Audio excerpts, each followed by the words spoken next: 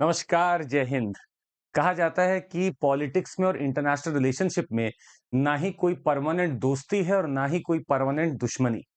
होते तो बस एक ही हैं, वो है अपने-अपने इंटरेस्ट। और इस बात को फिलहाल नेपाल बहुत अच्छी तरीके से देख रहा है, जिसकी पॉलिटिक्स में फिलहाल ना ही कोई दोस्ती नज़र में आती है, ना ही कोई दुश्मनी नज़र में आती है, बस एक ही चीज़ नज़र में आ रही है और वो है permanent interest to stay in the power with what come में। मैं बस पावर में रुक जाऊँ। ये बात की जा रही है नेपाल उस कंट्री की जहां पे बहुत बड़े-बड़े ट्रांजिशंस हुए और पिछले 16 सालों में अगर हम देखते हैं, तो 16 सालों में अभी तक के रिकॉर्ड में 14 प्राइम मिनिस्टर आते गए, बदलते गए।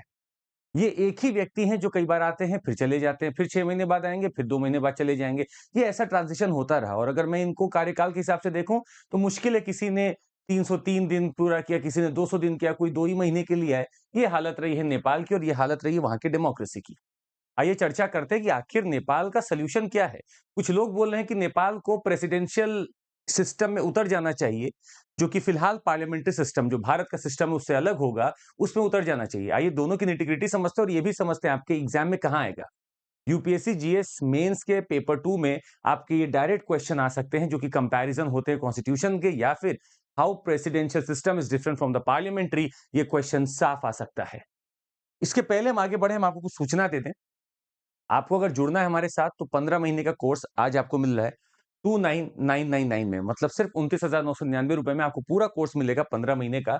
आप जुड़ सकते हैं हमारे साथ और साथ ही मैं आपको बता दें अगर आपका ऑप्शनल अभी तक आपने चुना नहीं है और ज्योग्राफी पे आप ट्राई मारना चाहते हैं, this is the time. Go ahead with geography. Jio musings हमारा कोर्स है, आप वहां जुड़ सकते हैं। सीएमसी कोड लगाइए और जुड़ जाइए, बेहतरीन आपको पढ़ाई कराई जाएगी। आइए समझते हैं। ये नेपाल की जो बात हो रही थी वो पिछले कुछ दिनों में कुछ वहाँ पे ज़्यादा ही पॉलिटिकल गैलरीज़ में हल्ला हो रहा था। तो हमारे एक प्रचंड साहब हैं और एक ओली साहब हैं। केपी ओली साहब हैं और आपके पुष्प कुमार दहल प्रचंड हैं। तो फिलहाल प्रचंड जी वहाँ पे रह चुके हैं, प्राइम मिनिस्टर पहले भी रह चुके हैं और इनके ऊपर अब पूरा दामोदर दिया जा रहा था। तो एक वहाँ पे कहते हैं कि इस पूरे साठ-गाँठ की जो सरकार बनती है, जोड़-तोड़ की जो सरकार बनती है, जो बाहर से सपोर्ट लेती है या आपने बहुत सारे पार्टी से सपोर्ट लेती है, तो ऐसा कोएलिशन का एक आर्ट है। पर इस कोएलिशन के आर्ट से स्टेबिलिटी माँगी जाती है। इस कोएलिशन के आर्ट से लोग स्थापित अपने आप को करते हैं। यहाँ तो कोएलिशन का कोई गारंटी नहीं है। हर 3-4 महीने पे अटकलें उठती हैं कि अब मैं आपका साथ नहीं दूँगा, किसी और का साथ दूँगा। इलेक्शन के पहले जो प्री पोल अलायंसेस बनते हैं, वो तक टूट जाते हैं। तो यहाँ पे सिर्फ पॉलिटिकल इंटरेस्ट चल रहा है और नेपाल इसी के चक्कर में पूरा पूरा पिछड़ चुका है।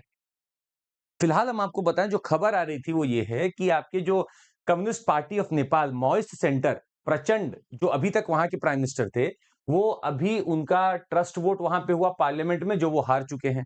जीते कौन हैं? जीते हैं ओली भाई साहब, ये हैं कम्युनिस्ट पार्टी ऑफ नेपाल के, ये पहले भी रह चुके हैं, केपी ओली हैं ये। और जीतने के पीछे किसका हाथ है? जीतने के पीछे किंग मेकर बैठे हैं द्यूबा, जो अपोजिशन में है नेपाली कांग्रेस के द्यूबा हैं, उनका पूरा हाथ है इनको जिताने में। तो पहले कोएलिशन इनके साथ ये करते थे, अब ये कोएलिशन इनके साथ कर रहे हैं और यही लगभग हर 6 महीने, 5 महीने पे बदलते रहते हैं। तो नेपाल में सरकार तो बन रही है, पर सरकार अपना काम नहीं कर पा रही, गवर्नेंस नहीं हो पा रहा है। इतना ही नहीं, आपको कुछ और बताना चाहेंगे। नेपाल की बात अगर हम करें, तो नेपाल वो राज्य है, जहाँ पूरा हिमालय आपके बढ़िया रूप में, स्वरूप में बैठा है और उसका ट्रांज़िशन होने वाला है 1990 में। तो नेपाल एक हमेशा से मोनार्की रही है, पर 1990 में वो मोनार्की से ट्रांज़िशन करके कॉन्स्टिट्यूशनल मोनार्की बनने वाली है। मोनार्की वो रहेगी, पर फिर भी कॉन्स्टिट्यूशनल मोनार्की बनेगी मतलब कुछ रूल्स बनाए जाएँगे, मोनार्क का मतलब है अभी भी वहाँ किंग रूल करेंगे। 2008 में ये मोनार्की सिस्टम को हटाकर रिपब्लिक बन जाता है, तो फुल फ्लेजेड रिपब्लिक बन जाता है कि अब चुनाव होंगे और हर किसी का हक होगा कि मैं लीड कर सकूँ। आज इसका रिजल्ट हुआ क्या? भले ही नेपाल अपने आप को बदल चुका होगा पॉलिटिकली, पर वहां पे गवर्नेंस के नाम पे सब ठप बैठा हुआ है। आज भी नेपाल को जब आप काउंट करते हैं तो लीस्ट डेवलप्ड कंट्री में काउंट करते हैं, वहां कोई ऐसा डेवलपमेंट नहीं हो रहा। वहां का पर कैपिटा इनकम बहुत ही कम है। इन्वायरमेंट भले ही उन्होंने बहुत बचा के रखा, पर डेवलपमेंट के नाम पे वहां नहीं है, ना हॉस्पिटल है, ना एजुकेशन का गैलरीज है, कुछ ऐसा नहीं है। तो रिजल्ट हुआ पुअर गवर्नेंस और आप लाख कोशिश करते रह गए। 2008 से लेकर 2024 आ चुका है, 16 सालों में अगर आपके पास 14 प्राइम मिनिस्टर हैं, तो स्वाभाविक सा अर्थ है कि आपने कभी काम तो नहीं किया और यही नेपाल का सबसे बड़ा कॉनन्ड्रम है। अब समझिएगा कहानी। एक कहानी ये बोलती है कि देखिए अगर पार्लियामेंट्री सिस्टम आपसे नहीं संभल पा रहा है तो आप एक अलग सिस्टम में चले जाइए जो कि सॉल्यूशन दिखता है लोगों को। इस सॉल्यूशन का नाम है प्रेसिडेंशियल सिस्टम। ये समझते हैं फर्क क्या है? जब मैं पार्लियामेंट्री डेमोक्रेसी की बात करता हूं तो यहाँ पे लोग जो सिटीजन है वो चुनते हैं लेजिस्लेचर को। लेजिस्लेचर के बीच में से ही आपको एग्जीक्यूटिव मिल जाते हैं, मतलब वही मिनिस्टर बन जाएंगे जो चुन कर आए हैं। पर जब मैं बात करता हूँ प्रेसिडेंशियल सिस्टम की, तो यहाँ पे इलेक्ट मैं एग्जीक्यूटिव को अलग कर रहा हूँ, लेजिस्लेचर को अलग कर रहा हूँ।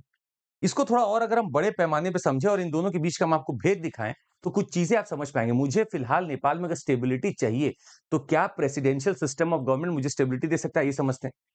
पार्लियामेंट्री का अगर आप बात करें तो डुअल एग्जीक्यूटिव है, बिल्कुल सही बात है। आपको प्राइम मिनिस्टर भी मिलते हैं, प्रेसिडेंट भी मिलते हैं। यहाँ मेजॉरिटी पार्टी रूल करेगी। कलेक्टिव रिस्पॉन्सिबिलिटी की बात की जाती है। पॉलिटिकल होमोजेनिटी चाहिए, मतलब आपकी पॉलिटिकल आइडियोलॉजीज मिक्स होनी चाहिए, होमोजेनस होने चाहिए, तभी आप पार्लियामेंट्री डेमोक्रेसी में काम कर पाएंगे। मेंबरशिप डबल होती है यहाँ पे, और leadership of the prime minister है। डिसोल्यूशन हो सकता है लोअर हाउस का, फ्यूजन ऑफ पावर्स है। मतलब यहाँ पे लेजिस्लेचर एग्जीक्यूटिव से बहुत अलग नहीं हो पाता है, लगभग लेजिस्लेचर से ही आप एग्जीक्यूटिव भी चुनते हैं। पर हाँ, आपका जो एग्जीक्यूटिव हेड है वो प्रेसिडेंट है, तो डुअल एग्जीक्यूटिव इसीलिए बोला जाता है। पर जैसे ही आप प्रेसिडेंशियल सिस्टम को देखेंगे, यहां सिंगल एग्जीक्यूटिव है, प्रेसिडेंट। प्रेसिडेंट और लेजिस्लेटर्स अलग अलग समय पे इलेक्ट किए जाते हैं एक फिक्स टर्म के लिए। और समझिएगा, यहां कलेक्टिव रिस्पॉन्सिबिलिटी है, मतलब प्राइम मिनिस्टर को पूरा ये निभाना पड़ता है कि मैं सबको, सबकी जिम्मेदारी या सबकी अकाउंटेबिलिटी लेकर चलूं, अगर कोई भी गया तो मैं भी गया। यहां ऐसा कोई रिस्पॉन्सिबिलिटी नहीं होता। पॉलिटिकल होमोजेनिटी हो भी सकती, नहीं भी हो सकती। भाई फ्रांस की अगर आप बात करें, आज सेमी प्रेसिडेंशियल सिस्टम है, वहां पे कोहैबिटेशन है, प्रेसिडेंट किसी और पार्टी का, पार्लियामेंट प्राइम मिनिस्टर किसी और पार्टी का हो सकता है। सिंगल मेंबरशिप है सर यहाँ पे, और डोमिनेशन ऑफ प्रेसिडेंट यहाँ पे रहेगा ही रहेगा। No dissolution of lower house, executive dissolve नहीं कर सकता है लोअर हाउस को, और सेपरेशन ऑफ पावर के कॉन्सेप्ट पे बेस्ड है। देखा जाता है कि प्रेसिडेंशियल सिस्टम बहुत ही स्टेबल गवर्नमेंट ऑफर कर सकता है। ये डेफिनिट पॉलिसीज को चला सकता है और अपने पूरे कार्यकाल के लिए चला सकता है, जो सबसे बड़ा नेपाल में मिसिंग है। नेपाल में 6 महीने की सरकारें बन रही हैं, तो आपका कोई भी कार्यकाल वहां खत्म नहीं हो पा रहा है, तो पॉलिसीज खत्म नहीं हो पा रही। और प्रेसिडेंशियल सिस्टम है, गवर्नमेंट बाई एक्सपर्ट्स होता है। अब एग्जीक्यूटिव के पास पूरा ऑप्शन है, प्रेसिडेंट के पास, कि वो अपना अलग से पूरा चुने, मिनिस्टर्स को चुने, एग्जीक्यूटिव को चुने और अपने हिसाब से काम करे। जरूरी नहीं कि ये सारे मिनिस्टर्स आपके लेजिस्लेटिव, बल्कि अलग ही होंगे, ये बिल्कुल अलग होंगे आपके। जरूरी नहीं है कि पार्लियामेंट्री हाउसेस से आए। तो एक्सपर्ट्स रूल कर रहे हैं। यहाँ पे सबसे बड़ी बात है सेपरेशन ऑफ पावर है, कि आप एग्जीक्यूटिव अलग, लेजिस्लेचर अलग काम करो, जुडिशरी अलग काम कर रही है। पर मैं आज पार्लियामेंट्री सिस्टम में देखता हूं कि सबसे बड़ा डिमेरिट उसका है अनस्टेबल गवर्नमेंट। सबसे बड़ा डिमेरिट है उसका अनस्टेबल गवर्नमेंट, या फिर कंटिन्यूटी नहीं हो पा रही है, जो नेपाल में दिख रहा है। माना मेरिट्स हैं, आप लेजिस्लेचर एग्जीक्यूटिव के बीच में एक बैलेंस बना के चल रहे हैं। आप एक रिस्पॉन्सिबल गवर्नमेंट है, आपको वहां पे वोट ऑफ ट्रस्ट का आंसर देना है। आप डेस्पोटिज्म को रोक सकते हैं, क्योंकि अगर कोई नहीं मान रहा तो आप उसको हटा सकते हो। आपका वाइड रिप्रेजेंटेशन है, माना। पर स्टेबल गवर्नमेंट अगर आपको चाहिए तो प्रेसिडेंशियल की तरफ आप जा सकते हैं। हाँ, प्रेसिडेंशियल में माना जाता है कि यहाँ पे वाइड रिप्रेजेंटेशन है, पार्लियामेंट में यहाँ नहीं हो पाता, यहाँ चुनिंदा लोग ही चुने जाएंगे। मेनली टू ऑटोक्रेसी, अगर कहीं पे प्रेसिडेंशियल सिस्टम है तो जहां तक अगर वो बैलेंस पावर नहीं समझ पाया तो वो ऑटोक्रेट भी बन सकता है, और उसको रोकने के लिए कुछ नहीं कर सकते फिर आप। नॉन रिस्पॉन्सिबल गवर्नमेंट, आपका रिस्पॉन्सिबिलिटी है ही नहीं लोकसभा की तरफ या आपके पार्लियामेंट की तरफ, और कॉन्फ्लिक्ट बिटवीन लेजिस्लेचर एग्जीक्यूटिव लगातार होता रहता है, पर पावर है प्रेसिडेंट के पास। तो अगर स्टेबिलिटी चाहिए तो आप प्रेसिडेंशियल सिस्टम का सोच सकते हैं। फिलहाल नेपाल में क्या होगा ये तो देखने की बात है। पर हमारे लिए, या हम आपसे एक प्रश्न पूछना चाहेंगे यहाँ पे, कुछ लोग तो भारत के लिए भी बोल देते हैं कि भारत में भी प्रेसिडेंशियल सिस्टम होना चाहिए। आप जरा नीचे कमेंट करके बताइएगा कि आपको क्या लगता है कि भारत में इतनी बड़ी डेमोक्रेसी में क्या आपको लगता है प्रेसिडेंशियल सिस्टम ठीक से चल पाएगा? या आपके मन में क्या विचार है कि क्या प्रेसिडेंशियल सिस्टम भारत के लिए बेस्ट रह पाएगा, या जो हमने चुना है वही बेस्ट है? नीचे कमेंट करके जरूर बताइएगा। और आपको साथ ही में बता दें कि हमारा एक समिट हो रहा है आइडियाज डेवलप करने के लिए। 20-21 जुलाई को जुड़ जाइए। Transforming aspirations and you want to become leaders of tomorrow, try to see and seek lot of things from the leaders that are today already. मंजिल और अचीवर्स बैच मेरे पास 2 आ रहे हैं 2025 के लिए। एक ऑलरेडी 17 जुलाई से चालू हो चुका है, ये आपका अचीवर्स इंग्लिश बैच है, ऑलरेडी 13 जुलाई से चल रहा है। वी हैव गॉट नीव बैच फॉर 2026 लाइव फ्रॉम 15 जुलाई, हिंदी में शिखर चल रहा है, 12 जुलाई से नीव चल रहा है इंग्लिश में। और मेरे पास क्वालिटी एजुकेशन प्रोग्राम है, 999 में आप सारा कोर्स ले सकते हैं इसका। और सीसेट का बैच मेरा चालू हो रहा है, plus something we are trying to do for you. कुछ बड़ा होने वाला है, देखते क्या होने वाला है। तो let's wait for this. That would be all from my side. Thank you so much, take care, जय हिंद। और जरूर इस सेशन को लाइक, सब्सक्राइब और शेयर करिएगा। Thank you so much, bye, take care, जय हिंद।